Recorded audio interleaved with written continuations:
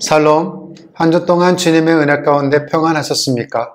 주님의 은혜를 날마다 생각하시면서 어려운 시기를 극복해 나가는 한 주 한 주 매일매일 시간이 되기를 예수님의 이름으로 소망해 봅니다. 자, 오늘 하나님이 주시는 말씀은 히브리서 5장 12절로 14절 말씀과 에베소서 4장 22절로 24절까지의 말씀입니다. 함께 봉독하도록 하죠. 히브리서 5장 12절로 14절 말씀. 때가 오래므로 너희가 마땅히 선생이 될 터인데 너희가 다시 하나님의 말씀의 초보가 무엇인지 누구에게 가르침을 받아야 할 것이니 젖이나 먹고 단단한 식물을 못 먹을 자가 되었도다. 대저 젖을 먹는 자마다 어린아이니 의의 말씀을 경험하지 못한 자요. 단단한 식물을 장성한 자의 것이니 저희는 지각을 사용함으로 연단을 받아 선악을 분별하는 자들이니라. 에베소서 4장 22절에서 24절 말씀. 너희는 유혹의 욕심을 따라 썩어져 가는 구습을 쫓는 옛사람을 벗어버리고 오직 심령으로 새롭게 되어 하나님을 따라 의와 진리의 거룩함으로 지으심을 받은 새 사람을 입으라. 여자들이 남자들에게 듣기 싫은 이야기 베스트 3가 있습니다. 다들 아실 거라고 생각되어져요. 세 번째, 3위 뭐죠? 축구 이야기죠. 축구 이야기. 손흥민이 어제 경기에서 1대3으로 졌대. 이영표가 어쩌대, K리그가 어쩌대 등등등. 그 다음에 2위는요. 네, 군대 이야기입니다. 훈련소에서 어떻게 됐고, 자대 배치는 어떻게 됐고, 선임병이 어땠고, 후임자가 어땠고, 기타 등등의 군대 이야기. 그 영광의 베스트 1은요? 베스트 1은? 네, 군대에서 축구한 이야기입니다. 군대에서 축구한 이야기. 군대 이야기를 하면서 시작할까 합니다. 1992년 1월 4일 진주 공군교육사령부에 MBR 153기로 입소를 하였어요. 한 2주의 특례 기간을 거치며 끝나고 나서 제식훈련, 사격훈련, 유격훈련, 화생방훈련, 전술훈련, 전투훈련 그 3개월의 기본 기초군사훈련을 끝나고 난 다음에 그 다음 특기교육을 또 받게 되었습니다. 그렇게 훈련장에서 흘린 땀 한 방울, 전쟁에서 피 한 방울 적게 흘린다라는 슬로건 앞에 그렇게 열심히 교육과 훈련을 받았습니다. 그리고 6개월의 긴 훈련의 여정을 마친 후에 1992년 7월 3일 날 드디어 계급장을 어깨와 가슴에 다는 임관식을 하게 되었어요. 그 계급장을 보고 그 사람의 주의를 알게 되고 그 계급장을 통해서 그 사람의 군 생활의 연수를 가늠할 수 있게 됩니다. 같은 계급이지만 같지 않은 계급이에요. 왠지 아시죠? 군대는 짬밥순입니다. 연이어서 시리즈로 말씀을 전하고 있는데 What does God want me to do? 하나님이 나에게 원하시는 것이 무엇일까? 라는 질문이잖아요.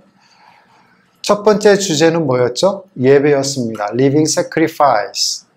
그리고 두 번째는요. 사명, Mission Impossible. 그리고 오늘 세 번째 주제는 훈련입니다. Grow up입니다. Grow up.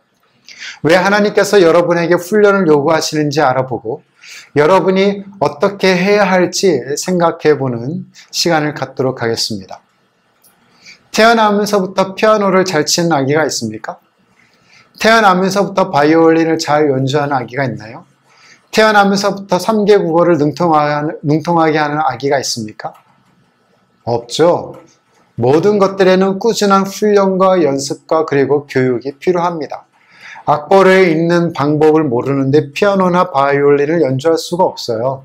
피아노 건반이 어디가 도인지, 바이올린의 몇 번 현에 몇 번 넷에 3도 미가 어떤 것인지 알지 모르는데 어떻게 피아노를 연주하고 어떻게 바이올린을 악보를 따라 칠 수 있겠습니까? 마찬가지로 여러분의 신앙도 계속적인 훈련과 연습 그리고 교육이 필요합니다. 하나님은 여러분이 성장하기를 원하셔요. 그것이 하나님께서 여러분에 대해 가지고 계신 목표입니다. 그렇지만 안타깝게도 수많은 그리스도인들이 신앙의 연수는 들지만 성장하지 않아요. 12절, 때가 오래므로 너희가 마땅히 선생이 될 터인데 너희가 다시 하나님의 말씀의 초보가 무엇인지 누구에게 가르침을 받아야 할 것이니 젖이나 먹고 단단한 식물을 먹을 자가 되었도다. 그리스도인이 된 지 오래되었음에도 불구하고 다른 사람을 가르치는 선생의 자리가 아닌 오히려 신앙의 기초적인 진리, 기초적인 지식도 결핍되어서 다른 사람의 가르침을 받아야 했기 때문입니다.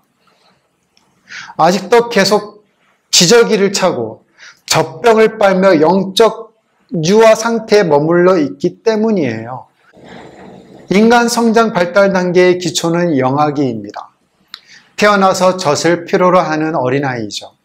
반면에 청년기는 자라나면서 단단한 음식을 먹을 수 있는 성인이 됩니다. 이 비유를 통해 책망받고 있는 이들에게는 어린아이와 같은 자들이요 의의 말씀을 경험하지 못한 자들이다 라고 하고 있어요. 어린아이와 유아의 특징이 무엇입니까? 올바른 언어를 구사할지 몰라요. 옹알옹알거려요. 정상적인 말의 의미를 이해하는 능력이 떨어지죠.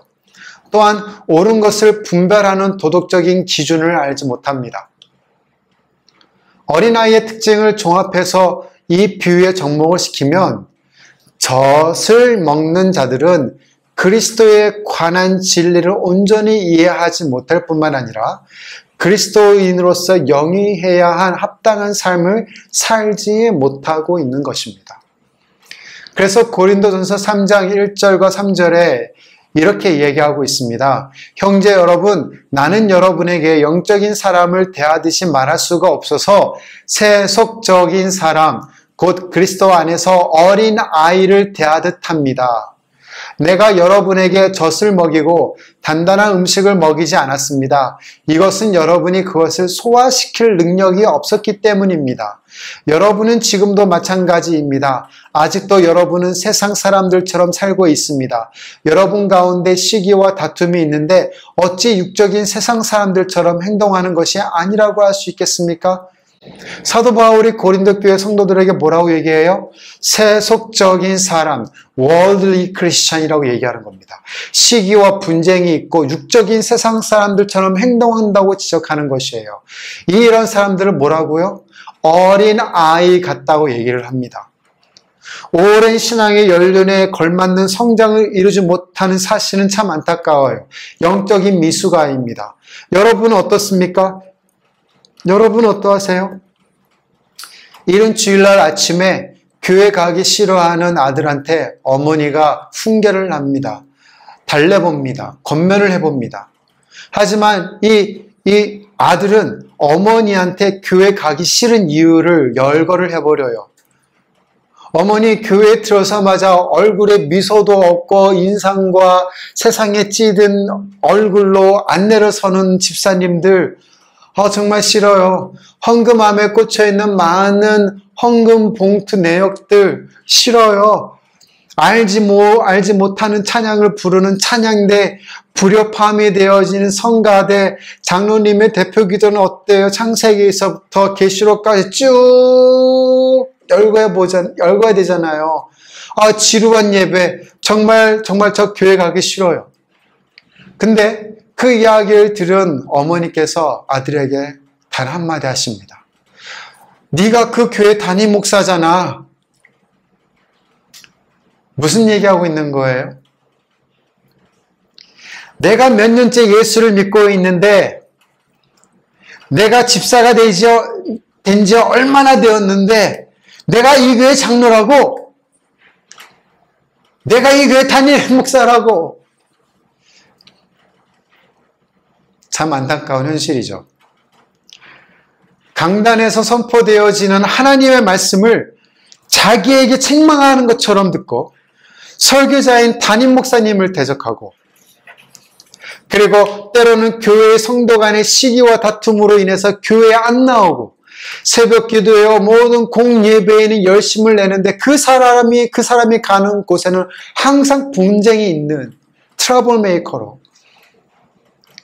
아직도 영적인 미숙아의 모습으로 신앙생활을 하고 계신 것은 아닙니까? 히브리서 5장 14절 말씀을 보십시오. 단단한 식물은 장성한 자의 것이니 저희는 지각을 사용함으로 연단을 받아 선악을 분별하는 자들이니라. 이 구절에서 말하고 있는 것처럼 여러분 모두 단단한 식물을 먹는 장성한 자로 성장해야 한다는 말입니다. 도덕적인 분별력을 넘어 영적인 분별력을 가질 수 있도록 연단을 받아야 한다는 것이에요. 여기서 연단을 받다는 말은 훈련하다라는 의미입니다. have trained, 완료수도 형태를 썼어요. 다시 말해서 끊임없이 훈련을 받는 상태를 나타내는 말이에요. 단단한 식물을 먹는 자는 훈련과 진리를 통해 성숙한 영적 분별력을 소유하게 됩니다. 그 분별력을 통해서 선악을 분별하며 범죄치 않으며 하나님의 요구하시는 그리스도의 장성한 분량으로 성장할 수 있게 되는 것이에요. 또 한 가지, 왜 하나님께서 여러분들이 훈련받기를 원하실까요? 그것은 창세기 1장 26절의 말씀에서 찾아볼 수 있습니다. 하나님이 가라사대 우리의 형상을 따라 우리의 모양대로 우리가 사람을 만들고 그로 바다의 고기와 공중의 새와 육축과 온 땅과 땅에 기는 모든 것을 다스리게 하자 하시고, 천지 창조를 한번 생각해 보아요. 첫째 날 하나님이 무엇을 만드셨죠? 빛을 만드셨습니다. 어둠과 낮을 구별하셨어요. 둘째 날은 궁창에서 하늘을 만드셨죠. 셋째 날은 땅과 바다를 만드셨습니다. 그리고 첫째 날, 둘째 날, 셋째 날을 주관하는 각각의 또 창조물을 하나님이 만드셨어요. 넷째 날에는 빛을 주관하는 피조물로 태양과 달과 별들을 만드셨습니다. 하늘을 주관하는 피조물로 새들을 만드셨고, 바다를 주관하는 생물을 만드셨습니다. 엿새 날에는 땅과 바다를 주관하는 생물을 만드셨고, 이렇게 빛, 하늘, 땅, 바다를 주관하는 모든 주관할 수 있도록 하나님이 무엇을 만드셨어요? 우리의 모양대로 우리가 사람을 만들고, 그렇습니다. 아담을 만드셨습니다. 하나님의 창조 계획 속에 인간을 피조물로 만들고자 하신 계획이 있었어요. 그 계획은 모든 피조물을 주관하고 다스리게 하기 위함이었습니다. 그리고 31절에 심히 보기 좋았더라 라고 하셨죠. 하나님이 그 지으신 모든 것을 보시기에 심히 좋았더라. It was very good. 여기서 알 수 있듯이 여러분이 이 땅에 태어난 것은 단순한 것이 아니에요. 여러분의 모습은 여러분의 부모님의 최고의 DNA 인자로 구성되어 있습니다. 이 세상에서 단 한 명밖에 없는 존재로 태어난 것이에요. 그 이전에 여러분이 아셔야 할 것은 여러분은 하나님의 형상을 따라 하나님의 모양대로 지음을 받았다는 사실입니다. 천지창조의 이야기에서 모든 피조물 가운데 인간만이 하나님의 형상대로 지음을 받았습니다. 이것은 아주 위대한 특권 중의 특권입니다. 창조주의 형상물로 지음을 받았다는 것, 이것은 여러분에게 많은 이야기를 가져다 주어요. God's image, 하나님처럼 여러분도 영적인 존재라는 것입니다. 영은 몸이 사라져도 영은 남아있어요. 하나님처럼 여러분도 지적인 존재라는 것이에요. 생각하고 논리에 따라 사고하면 문제를 해결할 수 있다는 얘기입니다. 하나님처럼 여러분도 사랑의 존재라는 것이에요. 관계를 중시하는 거죠. 그리고 하나님처럼 여러분도 의의 존재라는 것, 무엇이 옳고 그름을 판단할 수 있다는 것입니다. 그래서 예수님을 믿든 안 믿든 모든 사람들에게 신의식이라는 것이 있어요. 인간에게 신을 아는 지식이 주어졌다는 것이죠. 그것은 하나님의 형상으로 우리가 지음을 받았기 때문입니다. 죄라는 것이 이 창조 세계에 들어오면서 하나님의 형상이 왜곡이 되었어요. 하나님의 관계가 끊어져 버리고 그래서 하나님은 잃어버린 완전한 형상을 다시 찾도록 하기 위해서 이 땅에 예수님을 보내주셨습니다. 여러분이 그리고 있는 하나님의 모습, 하나님의 형상은 어떤 것입니까? 그리고 지금 여러분 속에 있는 하나님의 모습, 하나님의 형상은 어떠합니까? 저와 여러분 절대로 하나님이 될 수도 없고 신이 될 수도 없어요. 하지만 이것은 꼭 기억해야 됩니다. 깨어지고 손상이 되어지고 왜곡된 내 안에 하나님의 형상을 회복하는 것, 시편 기자가 여기에 이야기했던 것처럼 내 영혼을 소생시키시고, 그럼 하나님이 여러분에게 원하시는 삶을 살기 위해 무엇을 해야 되죠? 에베소서 4장 22절과 24절입니다. 너희는 유혹의 욕심을 따라 썩어져가는 구습을 쫓는 옛사람을 벗어버리고 오직 심령으로 새롭게 되어 하나님을 따라 의와 진리의 거룩함을 지으심을 받은 새 사람을 입으라. 오늘 본문처럼 그리고 에베소에서 말하고 있는 것처럼 여러분은 세속적인 성품, 월드리 크리스찬이 아니에요. 미성숙한 신앙인이 아니에요. 그리고 땅에 구습을 쫓는 옛사람의 모든 습관들을 다 벗어버려야 해요.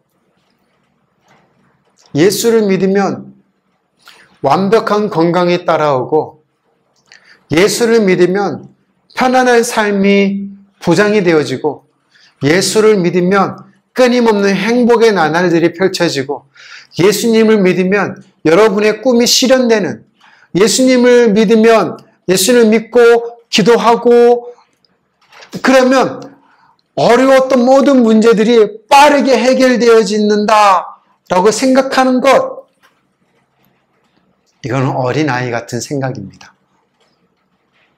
만약 이기적인 생각, 자기중심적인 사고, 이런 생각과 믿음을 가지고 있다면 여러분들은 세속적인 신앙인이고 기복신앙을 중시 여기는 사람들이고 자기중심적 신앙인입니다. 다시 말씀을 드립니다. 여러분의 삶은 여러분의 것이 아니라 주님의 것이에요. 하나님께서 여러분에게 요구하시는 것은 예배, 사명, 그리고 훈련입니다. 하나님의 목적을 위해 존재한다는 것을 절대로 잊지 말아 주십시오. 그래서 이 땅에서 살아가는 삶은 임시적이고 일시적입니다. 그 임시적이고 일시적인 삶을 위해 훈련하는 것이 아니라 영원한 삶, 주님과 함께 천국에서 누릴 영원한 삶을 위해 훈련을 받는 것입니다. 또한 단단한 음식을 먹을 수 있는 장성한 자로 성장하도록 훈련을 받으셔야 해요. 나에게 맞지 않는 음식이라도 먹을 수 있는, 단단한 음식을 먹을 수 있는, 내가 원치 않는 조건과 환경이 신앙 속에 나타나도 그것을 기쁨과 감사함으로 누릴 수 있는 단계, 옳고 그름을 판단할 수 있는 단계 말입니다. 에베소 교회 안에서 거짓 교사들의 가르침이 있었습니다. 그들의 거짓 예배로 하나님의 말씀이 전해지는 예배를 오염시켰습니다. 배교자들이 발생했어요. 위선적인 거짓말과 양심의 인두로 지져져 감각이 없는 그리스도인들이 발생했습니다. 결혼을 금하고 음식을 불결하다고 하여 채식만 하라고 가르쳤어요. 이 거짓 교리는 영지주의로 발달하였고 2세기까지 교회에 널리 퍼지게 되었습니다. 왜일까요? 왜 하나님의 말씀이 오염이 되어서 교회를 흔들어 놓을까요? 그것은 본문에서 답을 찾을 수 있습니다. 12절 말씀, 때가 오래므로 너희가 마땅히 선생이 될 터인데 너희가 다시 하나님의 말씀의 초보가 무엇인지 누구에게 가르침을 받아야 할 것이니 젖이나 먹고 단단한 식물을 못 먹을 자가 되었도다.